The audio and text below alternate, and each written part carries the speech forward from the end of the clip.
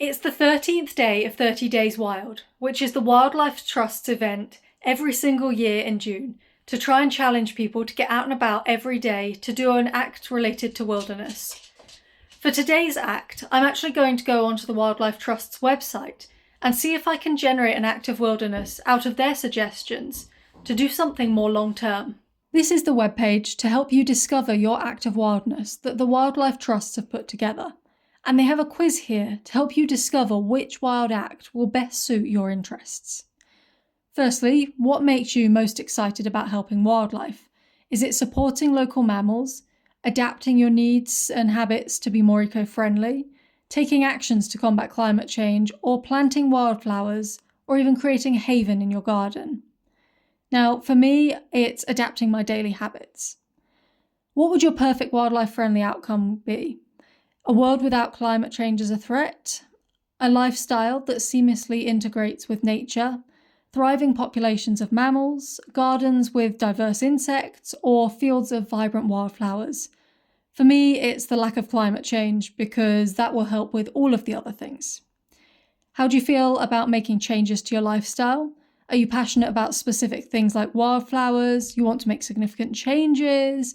You're excited to make different spaces for things like insects? You want to support mammals? Or you're open to any sort of small, sustainable lifestyle adjustments? For me, I'm really eager with mammal conservation. That's my specialism.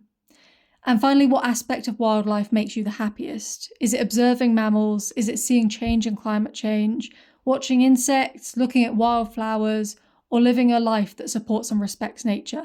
And for me, it has to be that last one, which encompasses everything. So I've been recommended to conserve my water at home to help make a lifestyle change. And so they've got a webpage to link through to help you with how to conserve water. And these are actions you can take immediately or things that you can do more in the long term.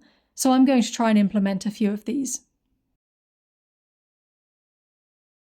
One simple action is to keep a bottle of water in the fridge ready to go so that you're not wasting water waiting for it to run cold.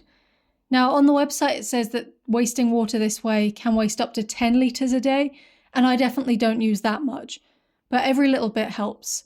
So I've got one of the bottles that I use that I recycle and drink out of over and over, and I figure I can just put this in the fridge instead of using the tap for cold water. Two of the tips on the website are ones that I'm already doing. One of them is the fact that showering takes up half the amount of water as having a bath does, and in this house there is no bath, so I only have the option to take a shower. There's also the tip to fix dripping taps, because dripping taps can lose as much as 15 litres of water in a single day. I had a dripping tap when I moved in, but it's long since been fixed, so now none of the taps in my house drip, and I'm not losing water that way. Using a bowl to wash up in can help reduce the amount of water you fill your sink up with.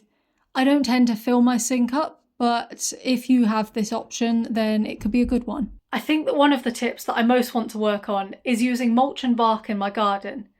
The website says that adding those things in will reduce evaporation by as much as 75%. In my garden, it's mostly just either bare soil or a bit of leaf litter. So I think focusing on that over the coming weeks is the best way to go to help reduce the amount of water that my garden plants use. Putting a lid on your saucepan is a good way to reduce the amount of water lost through evaporation.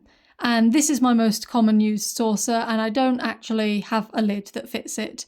So for now, I think I'll use the bigger lid and just cover it because it will still work better than not having one on it. If you use the generator, I'd love to hear which result you got and what your plan is for progressing over it in the coming weeks. And remember to subscribe to this channel if you want to keep up with 30 Days Wild.